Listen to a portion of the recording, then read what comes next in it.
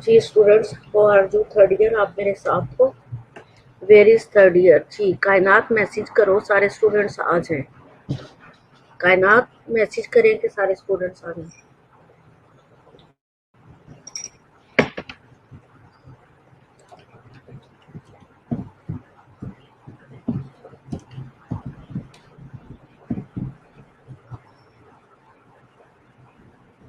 जी सिर्फ 2 स्टूडेंट्स अभी तक आए, 45 मिनट हो गए हैं। ठीक है,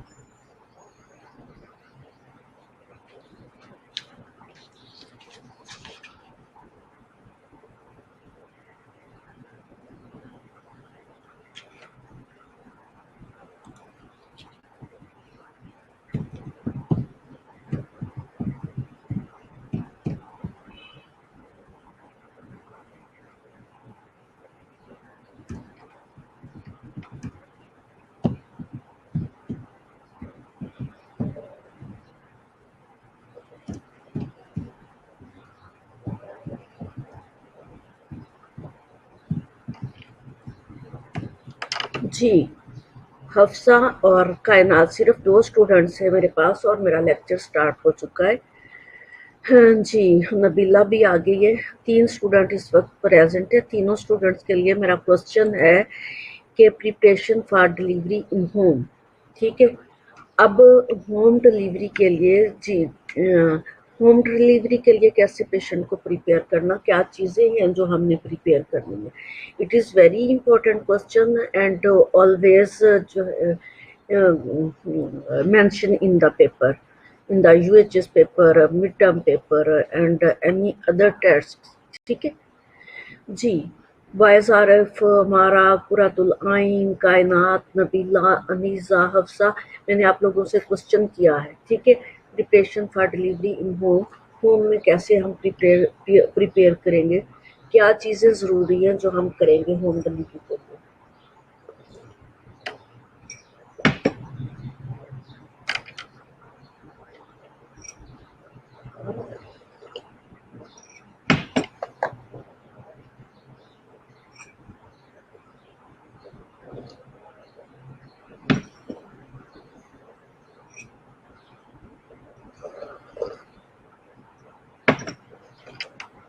जी और क्या जी, ये जो मैं आप लोगों से क्वेश्चनिंग करती हूँ ये अकॉर्डिंग टू योर स्केड्यूल। ठीक है, ये आपके स्केड्यूल, दिए हुए स्केड्यूल के मुताबिक मैं कर रही हूँ। बाकी स्टूडेंट्स कहाँ हैं?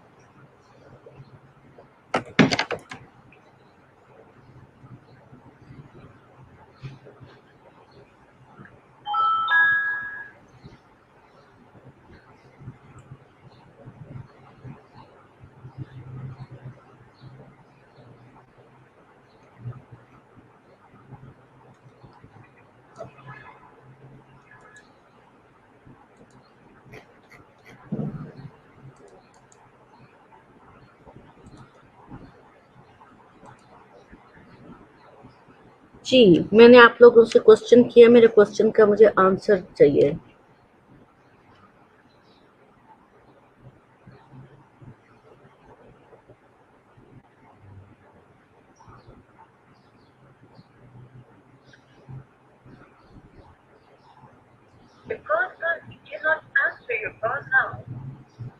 आपके मतलूबा नंबर से इस पर जवाब मौसूल नहीं हो रहा है। जी आप लोगों के GR कभी नजर नहीं आते। अफरा तो आ जाता, फातिमा को कभी मैंने देखा नहीं, फातिमा ऑलवेज एब्सेंट होती है। जी बेटा, मैंने आप लोगों से क्वेश्चन किया है, मुझे उसका आंसर चाहिए।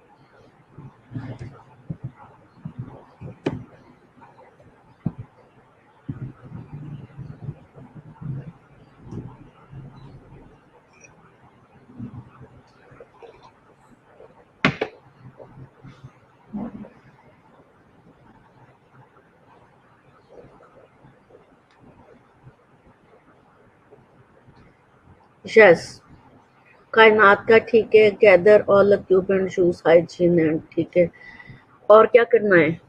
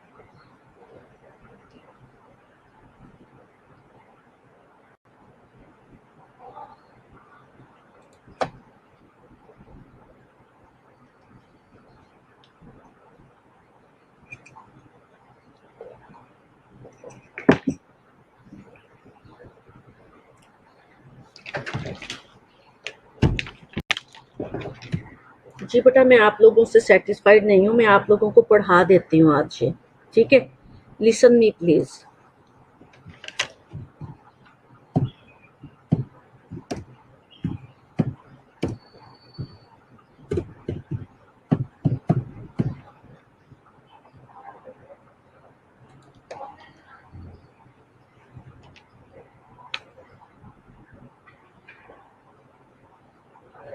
वेरी गुड, मीरा अशरफ ने ठीक किया है।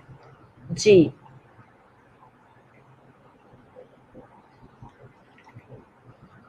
जी, सबसे पहले ये देखना है। गुड। जी बेटा, मैं बोल देती हूँ सारे, क्योंकि आप लोग जो है, जो मैं चाह रही हूँ ना पॉइंट्स होने चाहिए, वो आप लोग नहीं बोल रहे। सबसे पहले तो होम डिलीवरी जब करनी होती है, तो उसके लिए रूम प्रिपेयर करना होता है होम डिलीवरी के, जिसकी भी करनी हो। फर्स्ट ऑफ ऑल हमने अपनी इंस्ट्रूमेंट किट जो है, कीप इन माइंड कि मैंने अपनी इंस्ट्रूमेंट किट तैयार करनी है। इंस्ट्रूमेंट किट जो मैंने आप लोगों को इंस्ट्रूमेंट किट 2 टाइम सेंड कर चुकी हूँ, ठीक है? वो सारे इंस्ट्रूमेंट आपके पास किट में मौजूद हों, और आपने घर का फिर विजिट करना फ्यू डेज बिफोर डिलीवरी, और उसमें उस विजिट में आपने उनकी इन्वायरमेंट गुड लाइटिंग देखना कि जिस रूम में आपने डिलीवरी करनी है वो वेल वेंटिलेटेड है और गुड लाइट वहाँ पे मौजूद है, और रूम जो है वो इस साइज का है कि आप वहां से भाग के सारे काम कर सको, ठीक है? और रूम जो है वो क्लीन एंड वाइट वॉश्ड हो।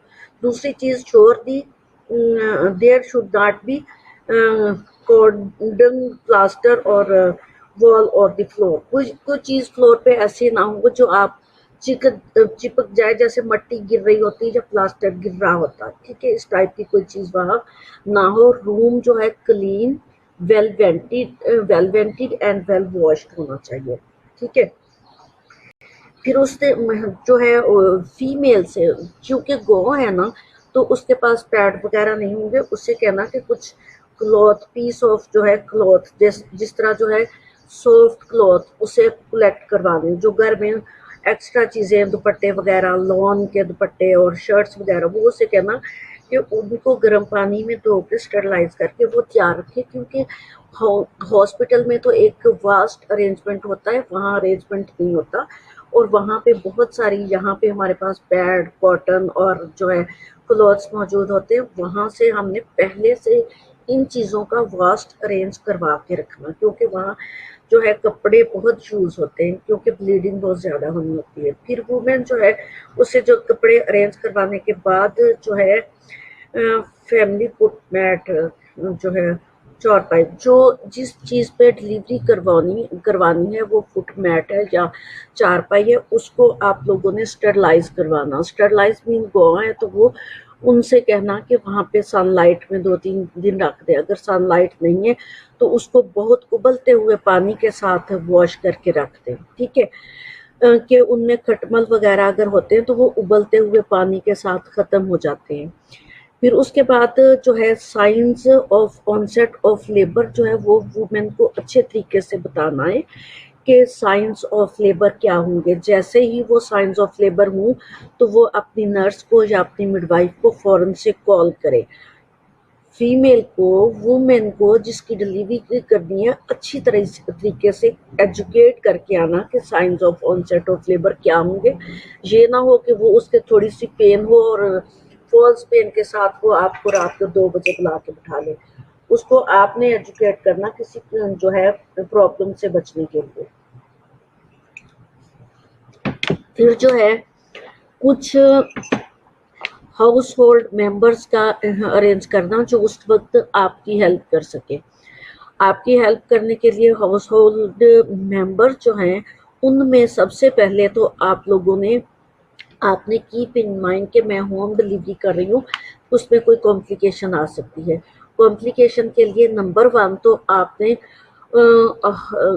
उसके घर में कुछ मेंबर्स ऐसे अरेंज कर दें कि कुछ मेल भी हूँ और फीमेल हूँ, और व्हीकल का अरेंज करके बिफोर टाइम रखना और उनको बताना कि in case of any complication हमें हॉस्पिटल तक जाना होगा। और हॉस्पिटल के लिए एक तो गाड़ी का अरेंज करना, उनसे कहना कि कोई गाड़ी उस दिन मौजूद हो आप लोगों के पास। दूसरी चीज़ें आप लोगों ने आपने उनसे कहना कि पैसों का अरेंज हो। अगर इमीडिएटली हमें जाना पड़ता है तो हमें ऑपरेशन करवाने के लिए मिनिमम 20-30 हज़ार रुपया आप लोगों के पास होना चाहिए। ये वो चीज़ें हैं जो मैं अपने एक्सपीरियंसेस और रिलेटेड बहुत सारी बुक से आपको बता रही हूँ। और ये मेरे पॉइंट आप याद रखें। आप हेल्दी पॉइंट पूरी लाइफ सिर्फ पास होने के लिए नहीं, आपको पूरी लाइफ में भी काम आएंगे, ठीक है।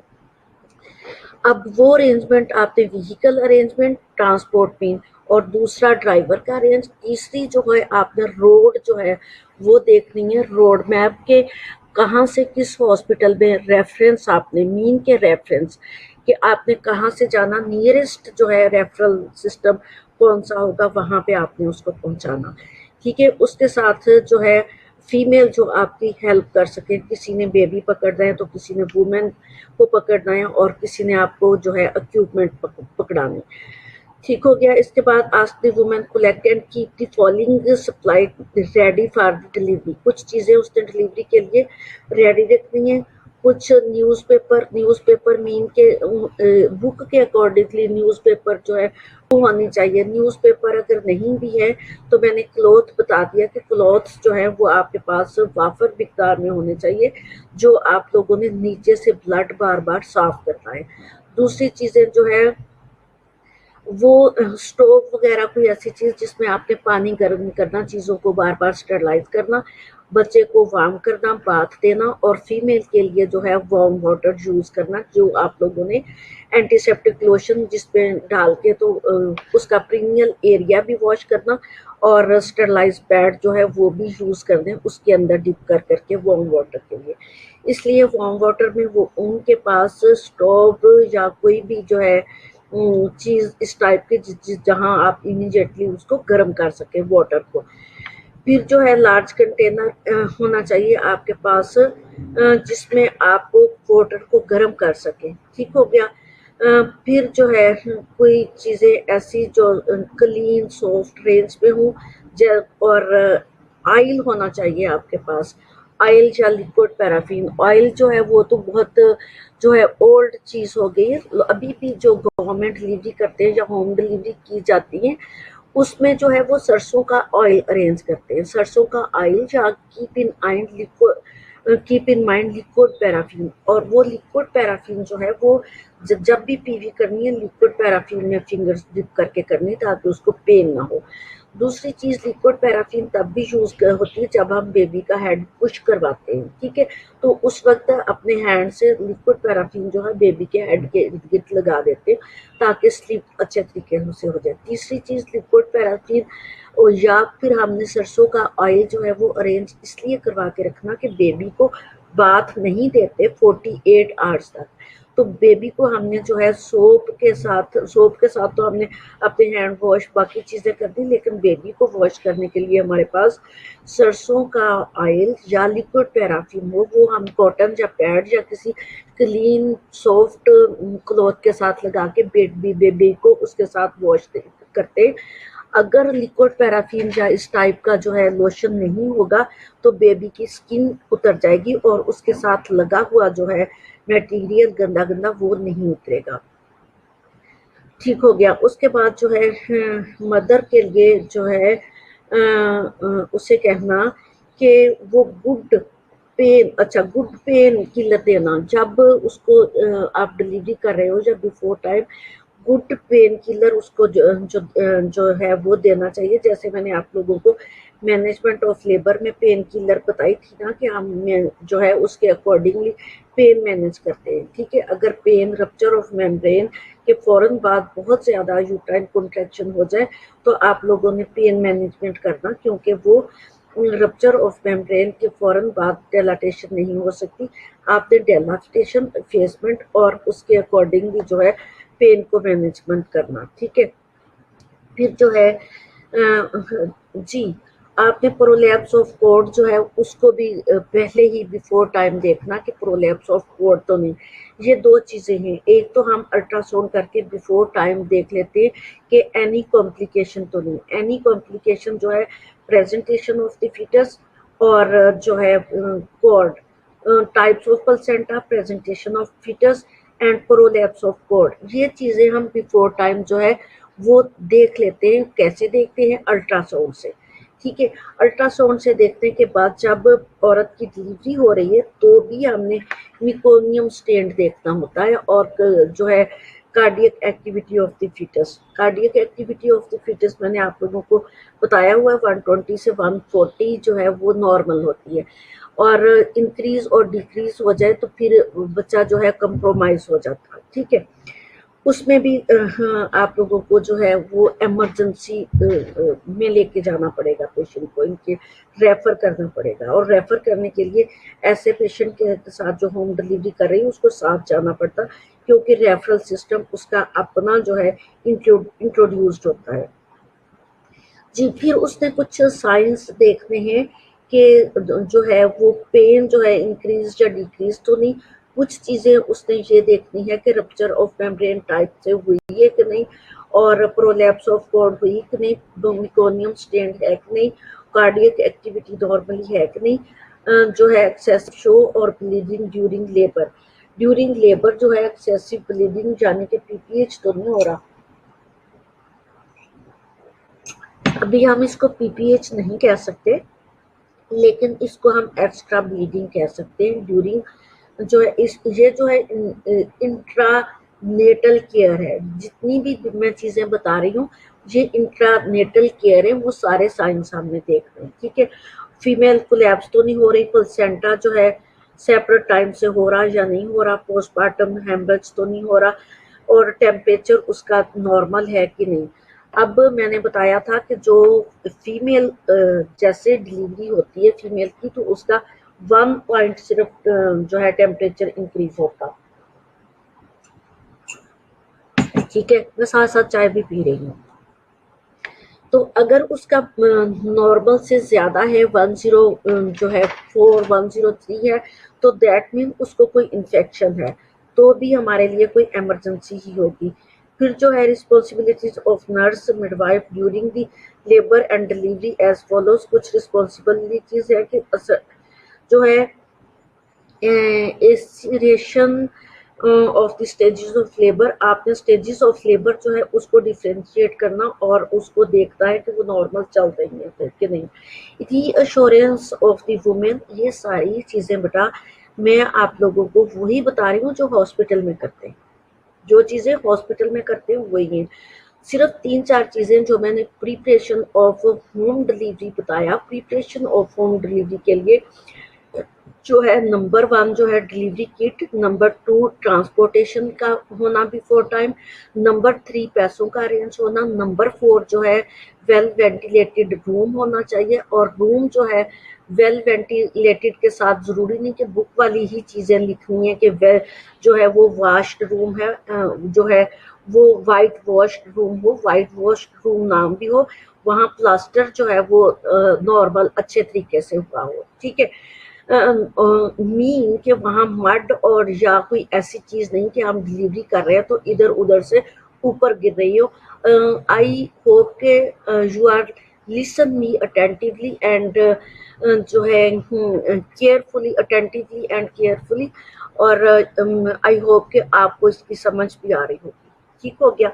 और उसके साथ इंस्ट्रूमेंट को अरेंज और इंस्ट्रूमेंट को जो है स्टरलाइज करने के लिए, जिस तरह बुक में लिखा है कि स्टोव या कोई ऐसी चीज़ जिसमें आप पानी गर्म, वो इजीली अवेलेबल होता है। जो मुश्किल चीज़ होगी वो मुश्किल चीज़ में एक वेल वेंटिलेटेड रूम, स्टरलाइज्ड वो चारपाई या जो जहाँ पे भी आपने डिलीवरी करनी बेड वगैरह, अगर सनलाइट अवेलेबल है तो फिर सनलाइट, अब अदरवाइज बॉइल्ड वाटर के साथ उसको जो है स्टरलाइज कर लेना ताकि कोई जर्म्स या कोई भी चीज़ है वो वहाँ से ख़त्म हो सके। और जो चीज़ मैं आप लोगों को फोकस कर रही हूँ वो ट्रांसपोर्टेशन होना ज़रूरी है, हमें इमरजेंसी हो सकती है। मोस्ट ऑफ द टाइम जो है वो नॉर्मल डिलीवरी होते होते एबनॉर्मल हो जाएगी, जिसमें जो है मैंने बताया कि आपको व्हीकल का अरेंज और पैसों का अरेंज और रेफरल सिस्टम आपको मैच्योर करके रखना होगा। बाकी चीज़ें जो है वो नॉर्मल है, जैसे लिक्विड पैराफिन मैंने बताया वो हॉस्पिटल में भी होती है, होम में भी होती है। वहाँ मैंने बताया कि आप लोग क्लोथ्स जो है वो पुराने कपड़ों का अरेंज कराएंगे, और यहाँ हॉस्पिटल में भी उसके अगेंस्ट जो है पैड या कॉटन वगैरह होती है। ये चीज़ कीप इन माइंड कि बहुत ज़रूरी है, इसलिए बुक के अंदर इसका जो है लाजमी जिक्र आता है। सोप, ऐसे घरानों में जहाँ आपने डिलीवरी करने जाना होता है बैकवर्ड एरिया में, वहाँ सोप भी नहीं होता, सोप अरेंज करा के रखना क्योंकि वो आपने बार बार हैंड वॉश करना है। बाकी सारी चीज़ें जो हैं जैसे हम नॉर्मल डिलीवरी हॉस्पिटल में करते हैं, जितनी मैंने चीज़ें बताई कि वो वही है कि dilatation, prolapse of the cord, meconium stained, foetal compromise, ठीक है, एक्सेसिव शो या एक्सेसिव ब्लीडिंग, प्लेसेंटा जो है सेपरेट टाइम से हुआ नहीं हुआ, और प्लेसेंटल टाइप, ठीक है, जैसे प्रीविया या यानी other complicated type of the placenta, और ये सारी चीज़ें। Signs of postmortem haemorrhage, postmortem haemorrhage के साइंस आपको यहीं पे पता चल जाएगा कि अगर प्लेसेंटा की जो एबनॉर्मल प्लेसेंटा है तो वहाँ पीपीएच होना, लार्ज साइज प्लेसेंटा है तो पीपीएच होना, जो डिलीवरी जो है प्रोलोंग लेबर हो गया तो पीपीएच होना। ये चीज़ें कीप इन माइंड, चाहे होम डिलीवरी के लिए हो रही चाहे हॉस्पिटल में, आप लोगों को ने अगर अपने माइंड को यूज़ किया तो वही चीज़ें वहाँ पे यूज़ हो रही। ठीक है, थोड़ी सी डिफ्रेंशिएट जो मैंने आपको 2 बार बता दी है, अब नहीं बताऊंगी, फिर भी आपको समझ ना आए तो आप मेरे साथ शेयर कर सकते हो उसके बाद जो है नर्स की रिस्पॉन्सिव होगी कि उसको रीश्योर कराए। रीअश्योर तो हम बार बार यहाँ हॉस्पिटल में भी रीअश्योर करवाते हैं और घर में भी करवाते हैं। हॉस्पिटल में इसलिए नहीं कहा जाता, फोकस नहीं किया जाता, क्योंकि हॉस्पिटल में वन पर्सन रिस्पॉन्सिबल नहीं होता, वहाँ पे सिर्फ वही पर्सन रिस्पॉन्सिबल होगा जो उसकी मिडवाइफ, डॉक्टर या नर्स होगी, ठीक है। इसलिए उसने अपने पेशेंट को जो है रीअश्योर करते रहना, क्योंकि उसको रीअश्योर करते रहोगे वो आपके साथ कोऑपरेट भी करती रहेगी। जी, जिसको जो है relieve the pain and discomfort patient, वो उसकी डिस्कम्फर्ट जो है, डिस्कम्फर्ट में बहुत सारी चीज़ें आ जाती है। एग्जॉशन, पेशेंट एग्जॉस्ट हो रहा है, पेशेंट को जो है कोल्ड हो रहा है, पेशेंट कोल्ड हो रहा है, वो सारी चीज़ें एनवायरनमेंट कंफर्ट करना है। अगर ज़रूरत है तो उसको ब्लैंकेट भी देना, अगर ज़रूरत है तो उसको एसी भी लगा के देना। फिर prevent from the injury and loss of bleed, फिर मेंटेन जो है cleanliness and aseptic technique use जो है एसेप्टिक टेक्निक। जितनी चीज़ें बेटा मैं बोल रही हूँ, अगर आप लोगों को ये पढ़ाए बगैर आप मेरा आंसर नहीं ठीक से दे पा रहे थे, हालांकि वही चीज़ें जो आप लोगों को मैंने जो है लेबर में पढ़ाई हुई, सारी चीज़ें वही हैं। सिर्फ होम डिलीवरी को प्रिपेयर करने के लिए आपने होम में विजिट करना है और वहाँ का इन्वायरमेंट चेक करना है और वहाँ जो है किट प्रोवाइड करके आनी है और वहाँ का arrangement well ventilated, sterilised, aseptic technique और वहाँ की चीज़ों को एसेप्टिक, सनलाइट और सारी चीज़ें वगैरह वगैरह, ठीक है। पैड अगर अवेलेबल है, आजकल जो है पुराने कपड़ों का दौर नहीं है, बुक के अंदर जरूर लिखा हुआ है, आजकल पैड्स का रेंज है। आप लोगों ने उनसे कहना स्टरलाइज पैड जो है वो 2 पैकेट 2-3 ला के रखे, कॉटन रोल 2 ला के रखे। आप ये चीज़ें भी मेंशन कर सकती हैं। ज़रूरी नहीं है कि विलेज है तो वहाँ पे आप लोगों को कॉटन या बिफोर टाइम आप अरेंज कर रही हैं तो वो बिफोर टाइम आपने उसको एजुकेट करके आना और वो चीज़ें अरेंज करा के आनी है। फिर जो है programme of labour, progress of labour का आप लोगों को पता होना चाहिए कि प्रोग्रेस ऑफ लेबर क्या है, जो मैं आप लोगों को ऑलरेडी बता चुकी हूँ। आप लोगों ने प्रोग्रेस ऑफ लेबर उसकी देखनी है। फिर रेफर इन जो है फ्रॉम एनी अननेसेसरी इंटरफेरेंस, ऐसी जगह पे रेफर पेशेंट को नहीं करना जहाँ पे अननेसेसरी इंटरफेरेंस हो। आप लोगों ने अगर पेशेंट को रेफर करना पड़े तो जहां आपका रेफरल सिस्टम है, आपको कोई जानता है और पेशेंट को जाते ही को चेक कर लेगा, अदरवाइज पेशेंट गया तो वो शाउटिंग करते होते हैं पेशेंट के, और आपका पेशेंट अगर जो है एक्स्ट्रा ब्लीडिंग उसको हो रही है या एनी अदर कॉम्प्लिकेशन है तो पेशेंट की डेथ भी हो सकती है। इसलिए जो है ऐसी अननेसेसरी जगह पे आपने रेफर नहीं करना पेशेंट को जो उसकी बात नहीं सुने।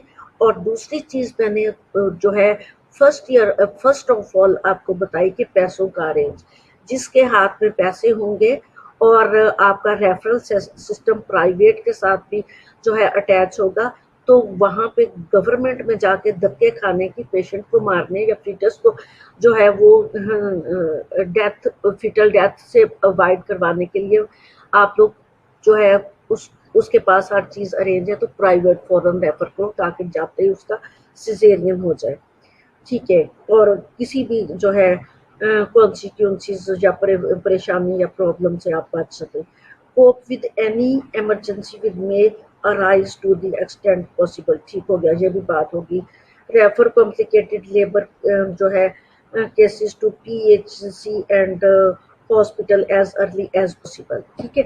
PHC प्राइमरी हेल्थ केयर में अगर आपके कॉन्टैक्ट बहुत अच्छे हैं और वहाँ पे जो है एनी इक्विपमेंट पर्सन और हर चीज़ फैसिलिटी अवेलेबल है तो आप रेफर कर दो।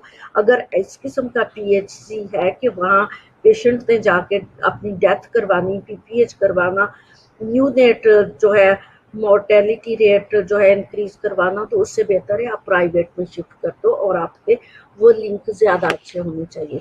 ये जो चीज़ आज मैं आप लोगों को बता रही थी ये थी कि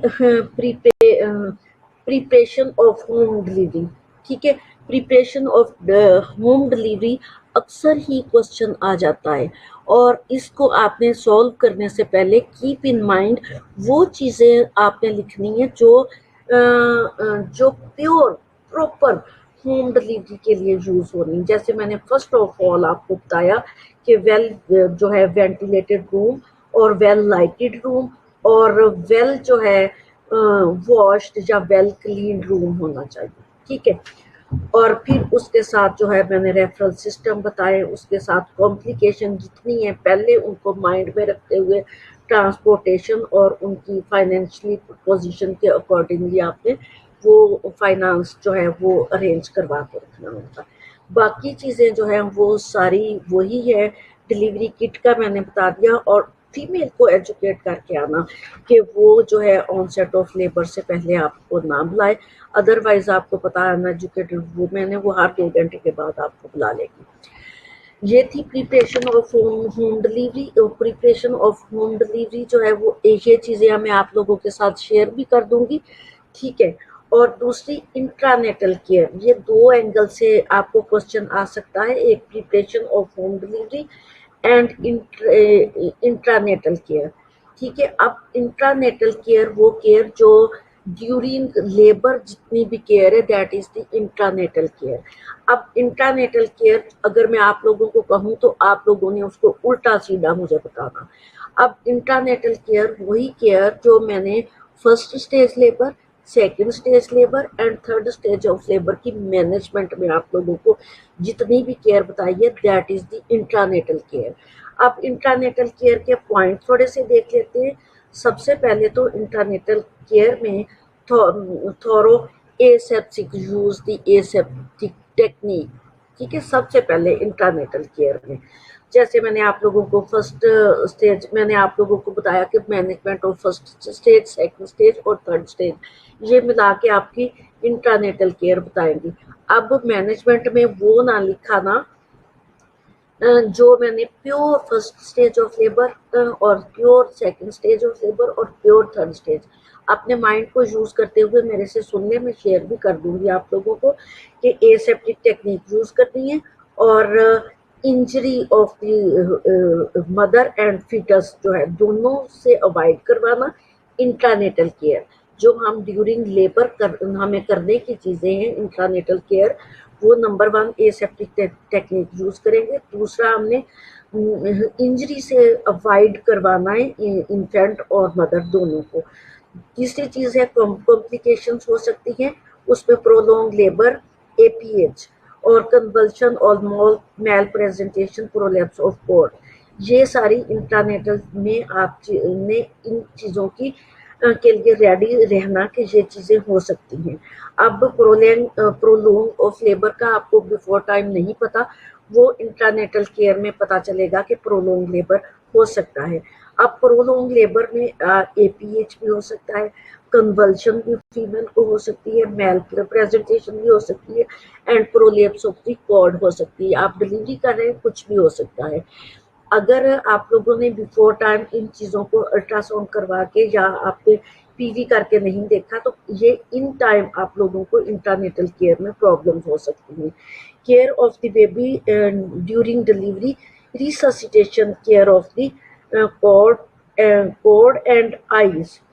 जी, आपने जो है रिससिटेशन जो है ड्यूरिंग लेबर, जैसे ही आपने रिससिटेशन, एक तो ट्रॉली आपकी मैनेज हो, दूसरी इंट्रानेटल केयर में जैसे ही मैंने बताया था कि बच्चा डिलीवर होता है तो फौरन उसकी जो है कॉर्ड केयर और आई केयर करते हैं। जो है बच्चा डिलीवर होने से पहले जैसे ही हेड आता है तो इंट्रानेटल केयर की बात हो रही है, आप लोगों ने उसका फटाफट नोज, आईज और माउथ साफ कर देना ताकि जो एमनियोटिक फ्लूइड या ब्लड है उसके अंदर ना चला जाए किसी भी जो है ऑरिफिस के रास्ते। अब ऑरिफिस उसके नोस्ट्रिल, माउथ और आईज है, फौरन उनको साफ करना, ठीक है। और सक्शन बल्ब आप लोगों की ट्रॉली के ऊपर मौजूद होना चाहिए, फौरन आपने सक्शन बल्ब से के साथ उसके नोस्ट्रिल और माउथ से जो है ब्लड और जो एमनियोटिक फ्लूइड जो भी है सक्रीशन वो साफ करनी है।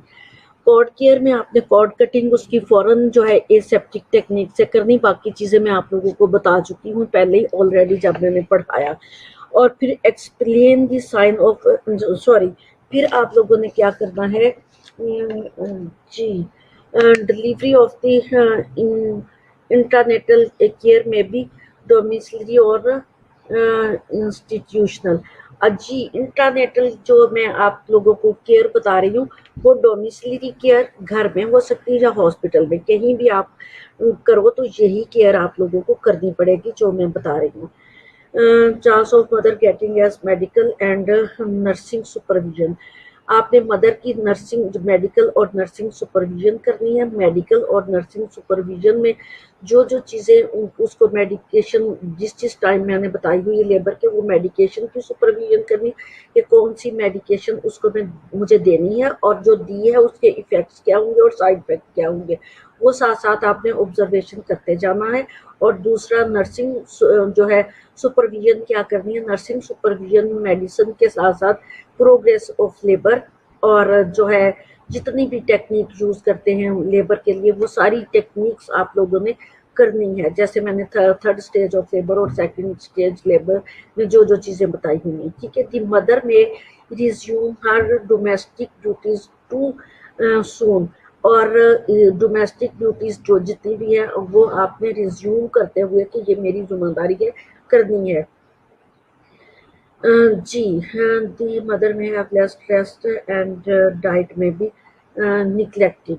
जी उसकी, हाँ, आपने उसको रिहाइड्रेट करना। इंटरनेटल केयर, इंटरनेटल केयर में वो चीज़ें जहाँ आपको कॉम्प्लिकेशन जितनी भी हैं उनसे प्रिवेंशन करने का नाम इंटरनेटल केयर है, ठीक है। अब प्रेजेंटेशन आप लोगों ने ऑब्जर्व कर दी है, फिर आपने मिकोनियम ऑब्जर्व करना है, फिर आपने जो है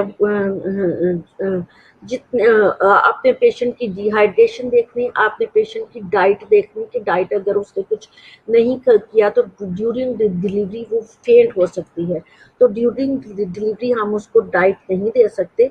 ड्यूरिंग डिलीवरी हम उसको क्या दे सकते हैं, हम उसको रिहाइड्रेट कर सकते हैं।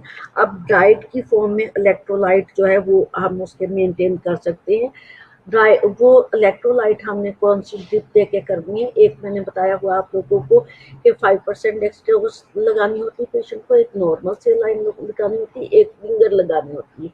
ये हर फीमेल को एक ही ड्रिप नहीं लगाते, अकॉर्डिंग टू देयर नीड्स जो है वो ड्रिप देते हैं। अगर उसने कुछ खाया पिया नहीं होगा तो आप फिंगर लैक्टेट देंगे ताकि रिहाइड्रेशन के साथ साथ उसको कुछ ना कुछ इलेक्ट्रोलाइट बैलेंस जो है उसका जो है वो नॉर्मल हो सके। और जो है जितनी भी नर्सिंग एक्टिविटी है relation to the domiciliary midwifery include preparation of the delivery at home and hospital can be kept in mind, can be kept in the mind.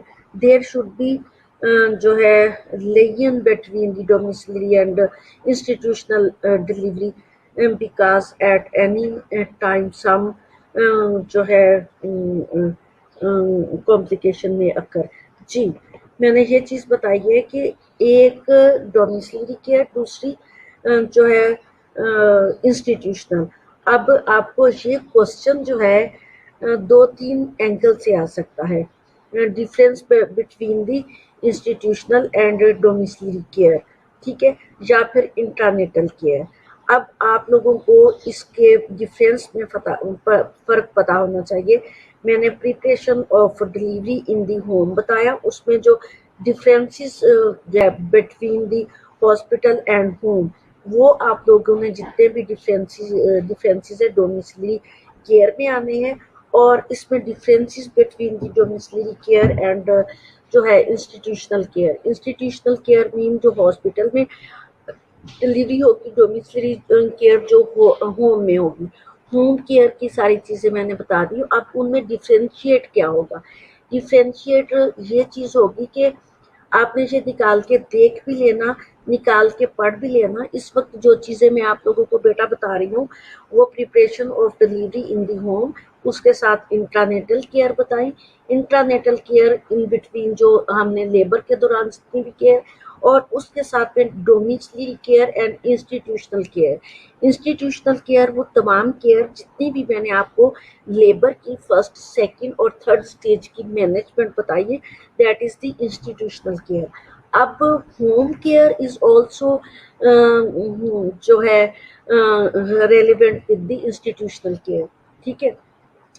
और इनके डिफरेंसेस क्या होंगे? डिफरेंसेस ये होंगे, डिफरेंस आप लोगों ने ये कीप इन माइंड कि अगर आपको difference between the institutional and home care आ जाए या डोमिसिलरी केयर आ जाए, तो आप सबसे बड़ा डिफरेंस जो है वुमेन या फैमिली जो है वो लाइक करती है होम डिलीवरी को, ठीक है।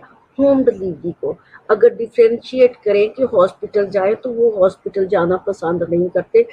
एक बिग जो है डिफरेंस है वो क्यों कि वहाँ जो है मोर satisfaction in home care delivery and less satisfaction in hospital care, क्योंकि होम में सब घर वाले उसके साथ मौजूद होंगे और कोई उस पे शॉटिंग और उसको जो है उसके रेलिवेंट को बाहर नहीं, रिलेटिव को बाहर नहीं निकाला जाएगा, इसलिए more satisfaction than the institutional delivery होगा। और दूसरा मोर डिफरेंस जो है वो इसमें जहाँ पे बेनिफिट है वहाँ पे बेनिफिट नहीं होंगे, और यहाँ पे जो है complication in the more risk for the complication in home delivery and less risk in complication in the institutional और हॉस्पिटल डिलीवरी, ठीक है। क्योंकि फिर अगर during complication we will manage in the institution and in the home delivery we will refer to the hospital or institution, ठीक है। ये biggest जो कॉम्प्लिकेशन है, सॉरी डिफरेंसेस है होम डिलीवरी और हॉस्पिटल डिलीवरी, डोमिसिलरी डिलीवरी और institutional delivery. मैं बार बार name change करके इसलिए बता रही हूँ कि किसी भी नेम से ये क्वेश्चन आ जाए तो आप सॉल्व कर सकते हो, ठीक है। नंबर 1, अब मैं सिंपल लैंग्वेज में इसको रिपीट कर दूं, मेरा टाइम भी पूरा हो गया, कि होम डिलीवरी जो है वहाँ पेशेंट सेटिस्फेक्शन होगा, सेटिस्फाइड होगा, हॉस्पिटल डिलीवरी में सेटिस्फाइड नहीं होगा। यहाँ पे पेशेंट को रीअश्योर आप बार बार कराएंगी, वहाँ रीअश्योर कोई नहीं करवाता। नंबर 3 जो है रेफरल सिस्टम जो है वहाँ पे हमें कहीं भी रेफर नहीं करना पड़ेगा कॉम्प्लिकेशन में, वो हॉस्पिटल में खुद से मैनेजमेंट हो जाएगी। अगर होम डिलीवरी है तो वहाँ रिस्क ऑफ कॉम्प्लिकेशन ज़्यादा होगा और हमें रेफर करना पड़ेगा, ठीक है। और इसके साथ ही मेरा टाइम आज ख़त्म हो गया और अब 9:26 हो गए। मैं अब आपकी अटेंडेंस ले लूँ।